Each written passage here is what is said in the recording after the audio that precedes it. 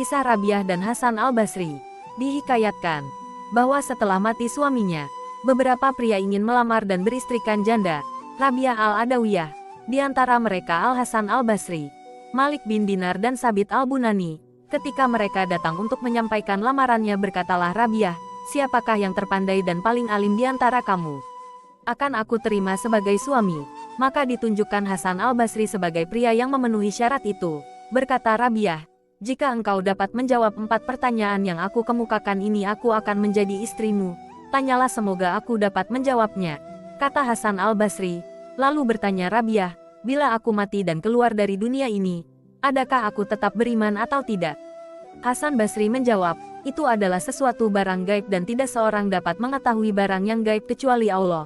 Bertanya lagi Rabiah, "Bila aku telah diletakkan dalam kubur dan ditanya malaikat Munkar wa Nangkir, dapatkah aku menjawab pertanyaan-pertanyaan itu dengan tepat atau tidak?"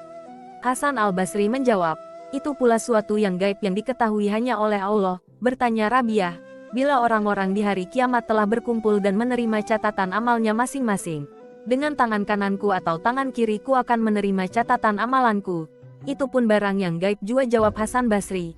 Kemudian pertanyaan Rabiah yang keempat, "Jika dipanggil kelak di hari kiamat kelompok-kelompok yang masuk surga dan yang masuk neraka, dari kelompok manakah aku ini?"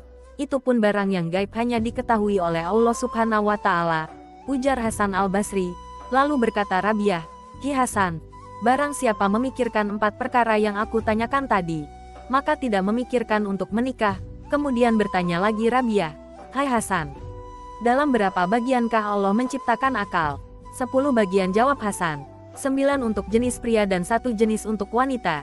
"Dalam berapa bagiankah Tuhan menciptakan syahwat?" tanya Rabiah. 10 bagian juga, jawab Hasan. 9 bagian untuk jenis wanita dan 1 bagian untuk jenis pria.